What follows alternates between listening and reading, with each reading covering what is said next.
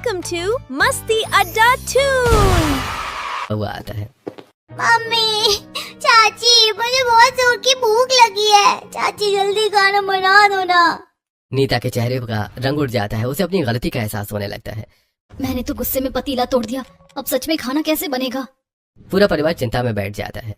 आप लोग बिल्कुल चिंता मत कीजिए, मैं अभी कुछ बनाती हूँ। मिताली चूल्हा जलाती है, उसमें सीधे आलू और बैंगन डाल देती है, फिर आटे की लोइयां बनाकर चूल्हे की राख में दबा देती है। अरे ये क्या कर रही हो? थोड़ी देर रुकिए, सब समझ आ जाएगा। कुछ देर बाद मिताली आलू और बैंगन निकालती है, उनका स्वादिष्ट भरता बनाती है। राख में पकी हुई बाटियां भी तैयार हो जाती हैं। आइए आज बाटी और आलू बैंगन का भरता खाइए। सबको केले के पत्तों पर खाना परोसा जाता है। चाची तो बहुत स्वादिष्ट है। अच्छा हुआ आपने बना दिया, नहीं तो मैं आज भूखा ही रह जाता। बेटा तू हर मुश्किल का हल निकाल लेती है। भगवान हर घर को तेरे जैसी बहू दे। नीता चुपचाप सब देख रही होती है। अब उसे अपनी गलती का सच में पछतावा होने लगता है। देवरानी जी मुझे माफ कर दो, मैंने जानबूझकर पतीला तोड़ा था। कोई बात नहीं दीदी, गलती मान लेना ही सबसे बड़ी बात होती है। मुझे भी अपने ऐसे जुगाड़ वाले तरीके सिखा दो ना, अगर कभी गरीबी आए तो मैं भी परिवार संभाल सकूं। क्यों नहीं दीदी, अब हम दोनों मिलकर काम करेंगे। दोनों बहुएं पीछे आंगन में चली जाती हैं। दीदी मैं मिट्टी के नए बर्तन बनाती हूँ और मुझे पत्तल बनानी आती है। मैं महुआ और केले के पत्तों से प्लेटें बनाती हूँ। दोनों बहुएं मिलकर काम शुरू कर देती हैं। और हाँ, मुझे बांस के ग्लास बनाना भी आता है। अरे वाह दीदी, ये तो और भी अच्छी बात है। मैं अभी बाजार से बांस लेकर आता हूँ। मैं भी चलता हूँ। दोनों भाई बांस लेकर आते हैं। दोनों बहुएं मिलकर सुंदर सुंदर इको फ्रेंडली बांस के गिलास तैयार करती हैं। वाह भाभी, ये तो बाजार वाले ग्लास से भी सुंदर है। अब मिट्टी के नए पतीले बन चुके थे। पहली बार उनमें दाल चावल और सब्जी बनने लगती है। मिताली बोलती है कि दीदी आप चावल बना लीजिए, मैं सब्जी उबाल देती हूँ। और मैं दाल बनाऊंगी, छोटे से मिट्टी के दिए में तड़का भी लगा दूंगी। कुछ देर बाद पूरा खाना तैयार हो जाता है। अरे वाह, आज तो पुराने जमाने की खुशबू आ रही है। दोनों बहुओं ने मिलकर कमाल कर दिया। महुआ और केले के पत्तों की प्लेटों में सबको खाना परोसा जाता है। हमारे जमाने में ऐसे ही पत्तलों में खाना खाया जाता था, आज तो ये कहीं दिखाई नहीं देती। सच में इन पत्तलों में खाने का स्वाद ही अलग है। मिट्टी के बर्तन और पत्तल दोनों ने खाने का मजा दोगुना कर दिया। उसी समय पड़ोसन कांति वहाँ आ जाती है। अरे कांति बहन, आओ बैठो, हमारे साथ खाना खा लो। अरे नहीं, मैं बाद में आ जाऊंगी। नहीं बहन, पहले खाना खाओ। कांति बैठ जाती है, उसे भी महुआ के पत्तल में खाना परोसा जाता है। अरे इतना स्वादिष्ट खाना, तुम लोगों के यहाँ बिना बर्तन के खाना बनता है, ये देख कर ही हम हैरान थे। लेकिन इतना अच्छा खाना तो लोहे और स्टील के बर्तनों में भी नहीं बनता। बस काकी थोड़ा सा जुगाड़ और थोड़ा सा प्यार। और ये पत्तल, अरे बेटा ऐसे पत्तल तो आजकल बाजार में मिलती ही नहीं। ये हमने खुद बनाई है। यही तो मैं कह रही हूँ, इनकी आजकल बहुत मांग है। अगर तुम लोग ऐसी पत्तल, बांस के गिलास और मिट्टी के बर्तन बनाकर बाजार भेजो ना, तो अच्छे पैसे मिलेंगे। बात तो सही कह रही हो बहन। घर बैठे दुखी रहने से अच्छा है कुछ नया शुरू करो, धीरे धीरे घर की तंगी भी दूर होगी। कांति की बात सुनकर पूरा परिवार एक दूसरे की तरफ देखने लगता है। सभी के मन में उम्मीद की एक नई किरण जाग उठती है। लगता है हमें अब कुछ नया करना चाहिए। हाँ, मेहनत करेंगे तो जरूर सफल होंगे। अगर हम सब साथ रहें तो कोई भी मुश्किल बड़ी नहीं होती। अब मैं भी तुम्हारे साथ हूँ देवरानी। पूरे परिवार के मन में अब नई उम्मीद जाग चुकी थी। लेकिन क्या ये नया काम सच में उनके घर की किस्मत बदल पाएगा? कांति काकी की बात पूरे परिवार के मन में बैठ जाती है। रात को खाना खाने के बाद सभी लोग आंगन में बैठकर उसी बारे में चर्चा करने लगते हैं। माँ जी, मुझे लगता है कि कांति काकी की बात में दम है। क्यों ना पहले बाजार जाकर पता करें कि वहाँ किस चीज की सबसे ज्यादा मांग है। हाँ देवरानी, बिना जाने काम शुरू करना ठीक नहीं होगा। पहले बाजार घूम कर देखते हैं। बेटा अगर सच में काम चल निकला तो हमारा डूबता हुआ घर फिर से संभल जाएगा। हम सब साथ में हैं पिताजी, इस बार मेहनत जरूर रंग लाएगी। अगले दिन मिताली और नीता बाजार की अलग अलग दुकानों पर जाकर जानकारी लेने लगते हैं। भैया आजकल सबसे ज्यादा कौन सी प्लेट बिकती है? अरे भाई, अभी तो फाइबर की प्लेटें ही ज्यादा बिकती हैं, लोग वही खरीदते हैं। क्या पत्तों वाली प्लेटें नहीं मिलती? नहीं बहन, यहाँ तो मुश्किल से ही मिलती है। दोनों बहुएं पूरा बाजार घूमती हैं। कई दुकानों पर पूछताछ करने के बाद उन्हें एक बात समझ आती है। दीदी देखिए, यहाँ इको फ्रेंडली प्लेट और ग्लास की मांग तो बहुत है, और हमारे बनाए हुए बांस के ग्लास तो सबसे अलग हैं। दोनों बहुएं घर लौटकर कुछ पत्तल और बांस के गिलास तैयार करती हैं और अगले दिन नमूना लेकर बाजार पहुंचती हैं। भैया ये हमारे बनाए हुए सैंपल हैं, एक बार देखकर बताइए कैसे लगे। दुकानदार प्लेट और ग्लास को ध्यान से देखता है। अरे वाह, ये तो बहुत मजबूत है और देखने में भी बहुत सुंदर है। अगर पसंद आए तो हम और भी बना सकते हैं। अरे क्यों नहीं, मुझे अभी के अभी 50 प्लेट और 50 ग्लास चाहिए। ठीक है भैया, हम कल तक तैयार कर देंगे। दोनों बहुएं खुशी खुशी घर लौट आती हैं। चाची ऑर्डर मिल गया क्या? हाँ मेरे राजा, पहला ऑर्डर मिल गया। भगवान का लाख लाख शुक्र है। अगले दिन पूरा परिवार काम में जुट जाता है।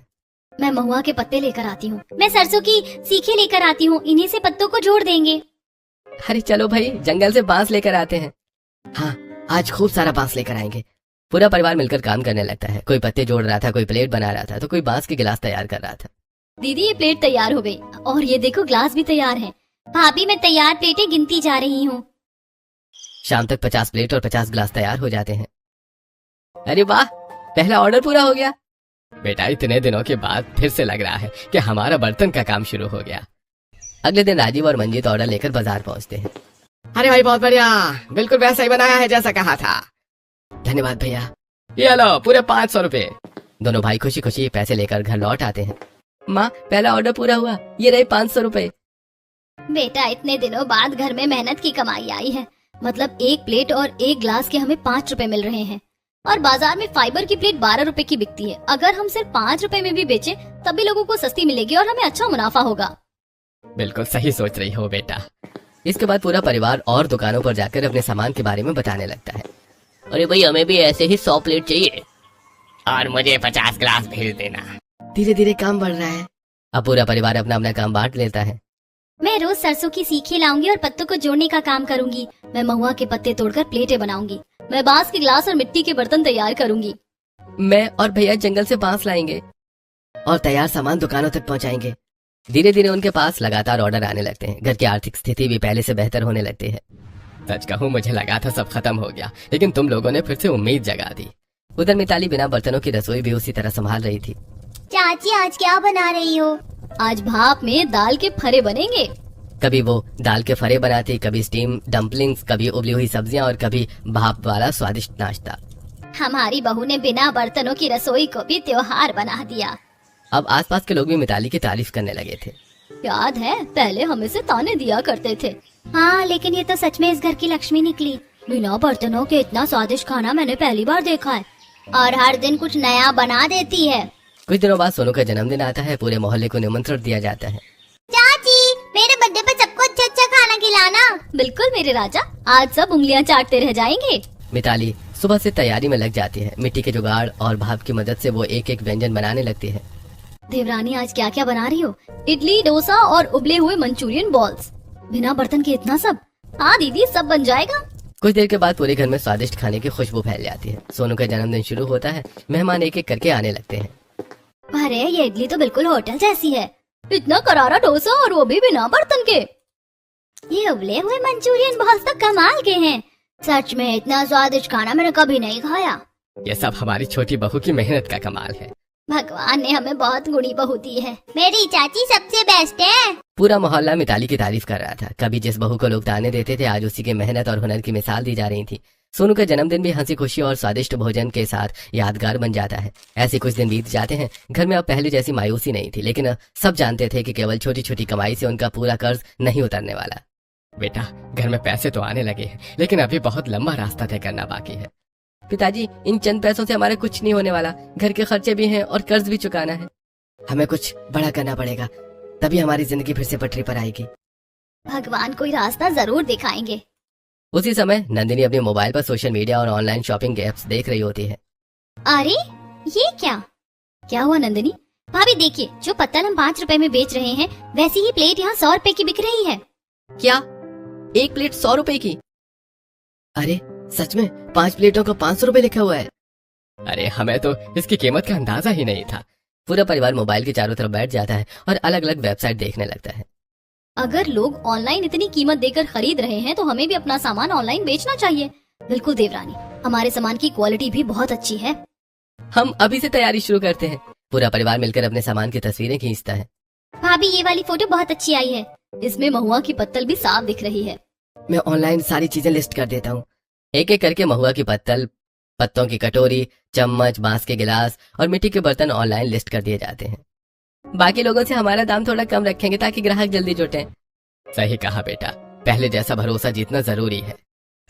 2 दिन बाद अचानक मोबाइल पर पहला ऑनलाइन ऑर्डर आता है। भाभी ऑर्डर आ गया, पहला ऑनलाइन ऑर्डर। चाची अब तो बहुत सारे ग्लास बनाएंगे। भगवान तेरी लाख लाख कृपा। धीरे धीरे एक ऑर्डर 2 में बदल जाता है, 2 10 में, और फिर हर दिन नए ऑर्डर आने लगते हैं। राजीव, आज तो 10 नए ऑर्डर आए हैं और ये देखो दूसरे शहर से भी ऑर्डर आया है। देवरानी, अब हमें और तेजी से काम करना पड़ेगा। पूरा परिवार पहले से भी ज्यादा मेहनत करने लगता है। दीदी आप प्लेटें तैयार करिए। ठीक है, तुम मिट्टी के बर्तन बनाओ, मैं पैकिंग कर देती हूँ। मैं सभी पार्सल भेजने की तैयारी करता हूँ और मैं कुरियर तक पहुँचा देता हूँ। कुछ ही महीनों में उनके ऑनलाइन ग्राहक पूरे देश के अलग अलग शहरों से जुड़ने लगते हैं। बेटा, मैंने कभी नहीं सोचा था कि हमारे घर का सामान इतने दूर दूर तक जाएगा। पिताजी, मेहनत कभी बेकार नहीं जाती। अब ऑनलाइन बिक्री इतनी बढ़ जाती है कि परिवार दुकानों पर सामान देना बंद कर देता है। अब हम सारा सामान सीधे ग्राहकों को बेचेंगे। हाँ, इससे मेहनत का पूरा फायदा मिलेगा। अब घर की हालत भी पहले जैसी नहीं रही। एक शाम पूरा परिवार आंगन में बैठा अपनी मेहनत की कमाई का हिसाब देख रहा होता है। बेटा, आज पहली बार हमारे पास इतना पैसा बचा है कि हम अपना पुराना सपना पूरा कर सकते हैं। पिताजी, अब समय आ गया है कि हम अपनी दुकान फिर से शुरू करें। इस बार पहले से भी बड़ी दुकान खोलेंगे। कुछ दिनों बाद पूरा परिवार मिलकर नई दुकान की सफाई करता है। दादाजी, मैं भी दुकान सजाऊंगा। जरूर मेरे शेर।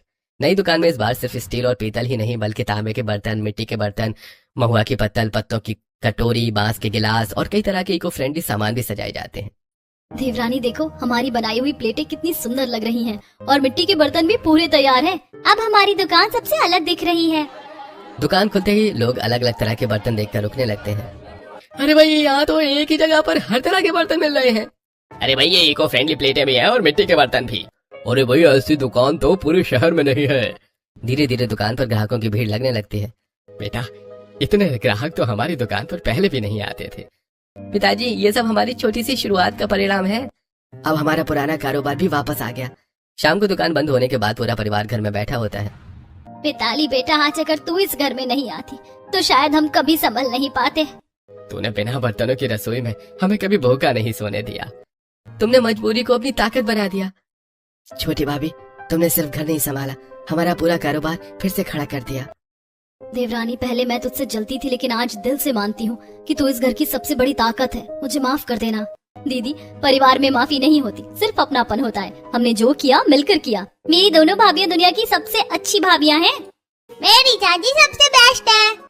सच कहा जाता है, घर में गुणी बहू आ जाए तो वो सिर्फ रसोई नहीं संभालती, पूरे परिवार की किस्मत बदल देती है। आज हमारी दुकान फिर से चल रही है, घर में खुशियां लौट आई हैं और ये सब हमारी बहू की मेहनत, हिम्मत और समझदारी की वजह से हुआ है।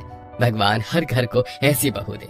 जिस बहू का स्वागत बिना बर्तनों वाली रसोई से हुआ था, उसी बहू ने अपने हुनर, मेहनत और जुगाड़ से न केवल पूरे परिवार को भूखा नहीं सोने दिया बल्कि एक डूबते हुए कारोबार को फिर से खड़ा कर दिया। अब उस परिवार की पहचान सिर्फ बर्तनों की दुकान नहीं बल्कि इको फ्रेंडली और अनोखे बर्तनों के सफल व्यापार के रूप में पूरे इलाके में होने लगी। यहीं से उनकी नई और खुशहाल जिंदगी की शुरुआत हुई।